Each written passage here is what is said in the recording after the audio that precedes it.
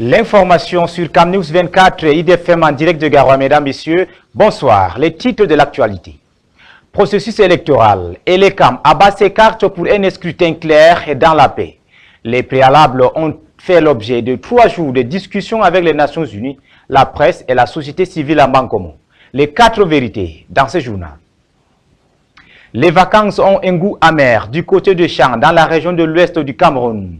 Cette ville touristique et climatique souffre d'un manque d'espace de loisirs. Les lieux chics d'hier sont aujourd'hui en déshérence. Les détails dans ce journal.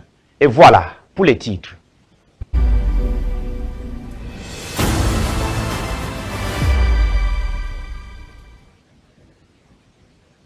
Merci de nous recevoir chez vous, mesdames, messieurs. Des élections apaisées, inclusives et transparentes, voilà ce que recherche ELECAM et le système des Nations Unies. Les 2 entités clôturées jeudi dernier, le pourparler avec les responsables des partis politiques, les journalistes, les représentants de la société civile. C'était à Mankomo, dans la Mefouyakono. Salomon Kankili Babali. L'inclusion des femmes, des jeunes et surtout des minorités a fait l'objet d'intenses débats au cours de la 2e journée des travaux de Mankomo. Autant les participants à la concertation multi-acteurs ont inscrit le rôle des médias, celui de la société civile, dans la liste des priorités au cycle électoral 2025-2027.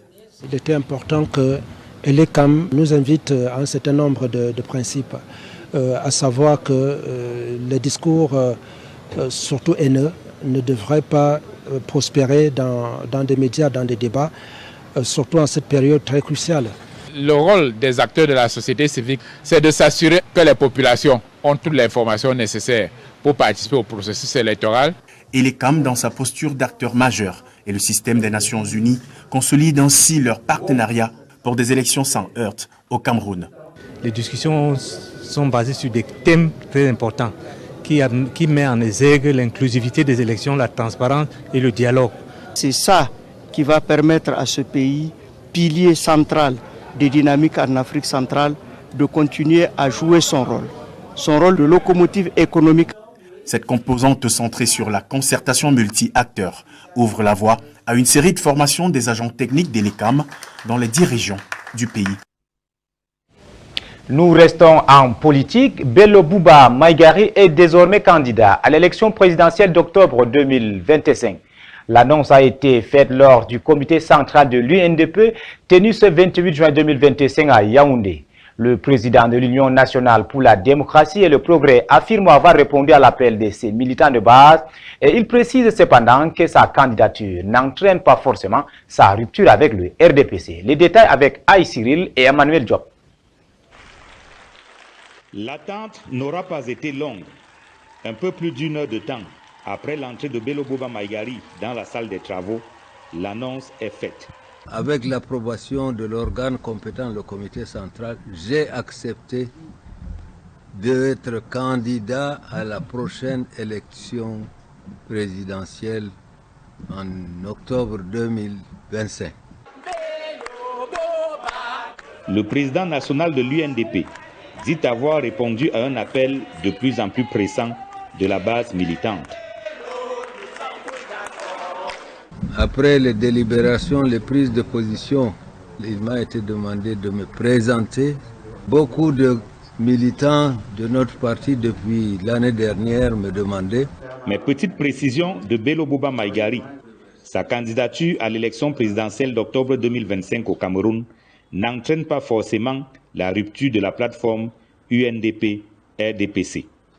Vous n'avez jamais lu cette plateforme? Pouvez-vous me dire, me citer une disposition de la plateforme qui demande à l'UNDP de renoncer à ses droits consacrés par la Constitution qui dit que les partis politiques participent à l'expression du suffrage universel? Malgré la plateforme, explique Bello Bouba Maïgari, l'UNDP, depuis le retour au multipartisme au Cameroun, a toujours participé aux échéances électorales, soit en soutenant des candidatures, soit en présentant ses propres candidatures. Et ce sera le cas à la faveur de l'élection présidentielle d'octobre 2025. Parlons de toute autre chose à présent. Une convention de partenariat lie désormais le ministère des petites et moyennes entreprises, de l'économie sociale et de l'artisanat et le syndicat des industries du Cameroun. Le document était signé à Douala. Le ministre Achille Baselekine III a insisté sur le primat accordé à l'import-substitution. Cyril Edimon. Échange de parapheurs, poignée de main chaleureuse, le ministre des Petites et Moyennes Entreprises, de l'économie sociale et de l'artisanat, en signant cette convention, ouvre une nouvelle page de l'histoire du syndicat des industries du Cameroun. Son président Samuel Ndiangankondo salue au nom de la dite organisation sa reconnaissance. Cette convention cadre va nous permettre de bénéficier des outils dont le ministère peut mettre à la disposition en termes de financement, en termes d'encadrement, en termes de formation de la PMI. Parce que la PMI, c'est le socle de l'industrialisation. C'est dans ce contexte que nous sommes engagés avec le syndicat des industriels du Cameroun à accompagner les PMI pour justement en faire des acteurs dans le cadre de cette transition, dans le cadre de cette politique d'émergence, en non seulement leur fournissant en fait tout l'accompagnement et les incitations nécessaires. En prélude à cette signature de partenariat, le Syndustricam tenait son assemblée générale. Il en découle au 31 décembre 2024 que les états financiers montrent une gestion rigoureuse et excédentaire avec des enjeux à la dimension des défis qu'impose la dynamique mondiale nouvelle et surtout pour une structure industrielle camerounaise bien plus renforcée. Afrique Diaspora et Développement, tendre la main, unir et élever, c'est l'objectif de l'association ROD qui vient de voir le jour en février dernier à Paris en France. Portée par une jeunesse africaine dynamique, ambitieuse et pétrie d'initiatives innovantes, ROD se propose de redonner espoir et rétablir la confiance pour une Afrique actrice de son avenir. Dites-vous, Ghislain Kouga.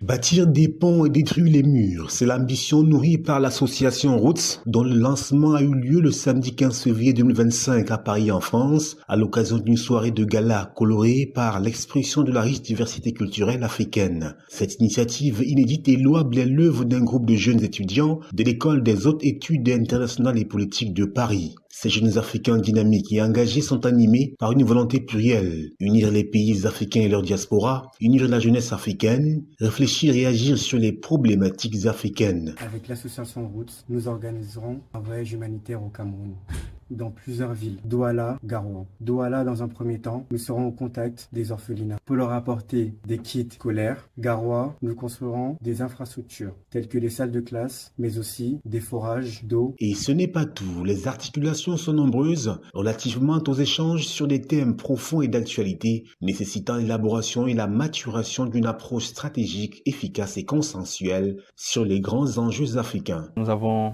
en quelque sorte, via moi, responsable de projet et cofondateur de l'association, présenter ce que nous allons faire, notamment le café débat sur le féminisme en Afrique, la conférence sur la lutte contre la corruption, sujet très touché en Afrique, le salon multiculturel où on aura l'occasion de déguster les fabuleux mets de nos différents pays. Devant un parterre de plus de 15 représentants diplomatiques des pays africains, l'association Roots s'est posée comme le creuset de l'unification de la jeunesse africaine pour la réalisation d'un rêve grand au profit du continent. Je suis la responsable du pôle Marhaba, le cœur de l'association Roots. Notre but est d'accompagner les étudiants internationaux dans leur intégration. On veut qu'ils se sentent soutenus, écoutés et valorisés. En tant qu'étudiante internationale, je sais parfaitement les défis auxquels on peut être confronté. Donc, on est là pour vous. Au total, l'association Roots vient apporter, nourrir et renforcer l'espoir suivant lequel l'avenir de l'Afrique se trouve bel et bien sur le continent. Nous vous le disions, à l'entame de cette édition, mesdames, messieurs, dans la ville touristique et climatique de Champs, les vacances ont un goût d'ennui, faute d'espace de loisirs. Enfants comme adultes se retrouvent sans option pour se divertir. Le centre climatique naguère fierté locale et la base nautique jadis animée ne sont plus que l'ombre d'eux-mêmes. Des lieux abandonnés comme l'entrée du marché A témoin du désintérêt persistant des autorités pour l'animation de la cité pendant la période festival. Le reportage d'Éric Matane. Cet édifice, noyé dans la broussaille et abhorrant une vétusté, était jadis le cœur et la vitrine du tourisme à Tchang. Le centre climatique comme la base nautique de Tchang ou l'entrée du marché A, n'attire plus. C'était là que nous avons hébergé dans l'enfance. Aujourd'hui, quand même, il y a eu beaucoup d'évolution à travers sa croissance. Le musée, avant, ça n'existait pas. Mais nous croyons quand même qu'avoir sa vertu, on aurait quand même voulu avoir un endroit plus attractif, tel que des salles d'hébergement ouvertes sur la mer, des restaurants pieds dans l'eau, hein, où on peut se faire des poissons, des petits espaces d'escalade où on peut pêcher le poisson et se faire plaisir tout naturellement. Je crois que ça veut davantage apporter la création au musée. Abandonnée par les pouvoirs publics depuis plusieurs décennies, la ville de Tchang est devenue un non-lieu pour les loisirs. Aucun site n'a été aménagé en cette période de vacances. Nous sommes en grandes vacances. Nous sommes en fin du mois de juin 2025. On partait voir si on peut amener les enfants qui sont venus en vacances là-bas et s'amuser un peu, question de passer les vacances chaleureuses. Mais curieusement, le centre climatique était l'ombre de lui-même. Les lieux de loisirs à Tchang sont inexistants. Ni la municipalité, ni les particuliers n'ont pu aménager des endroits de divertissement. Ceux qui ont souhaité parfois le faire ont été freinés par les autorités municipales. Après Champ, vitesse sur Yaoundé, plus précisément au lieu dit route Ekounou-Vallée. Là-bas, les riverains en colère lancent un cri d'alerte au gouvernement sur le réel danger qui existe sur l'axe Ekounou de chevaux, CEFTA, suivant le reportage de Tatiana Bondo.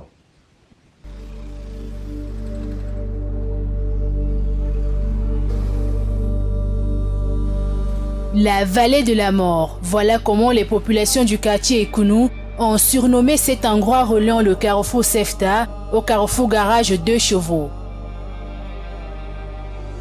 Sur cette route qui se dégrade progressivement au quotidien, le danger plane. C'est un terrible ravin qui peut tuer. Nous sommes en saison de pluie, ça ne fait que s'effriter. Donc là où nous passons avec vraiment la peur au ventre. Parce que je ne sais pas à quel moment ça va lâcher. C'est toujours un risque de passer par ici, avec les voitures et les gros porteurs camions. Les petits enfants qui passent là, l'enfant peut même tomber dedans et c'est très grave. Le gramme est en train de vouloir se passer au niveau de la vallée. Une route qui, selon les riverains, a été ratée dès sa conception. Son état défectueux est donc la résultante de la négligence de l'équipe en charge des travaux. Les spécialistes en construction de route n'ont pas fait une bonne étude de sol parce que cette route a été construite plusieurs fois et rencontre les mêmes difficultés à tout moment. Le matériel qu'ils ont mis, c'est depuis des années que le matériel est posé. On ne sait pas qui a déposé le matériel et pourquoi on ne réalise pas pour attendre seulement que les morts, parce que là, il y a déjà de morts. Braver cette distance relève désormais d'une équation à plusieurs inconnus.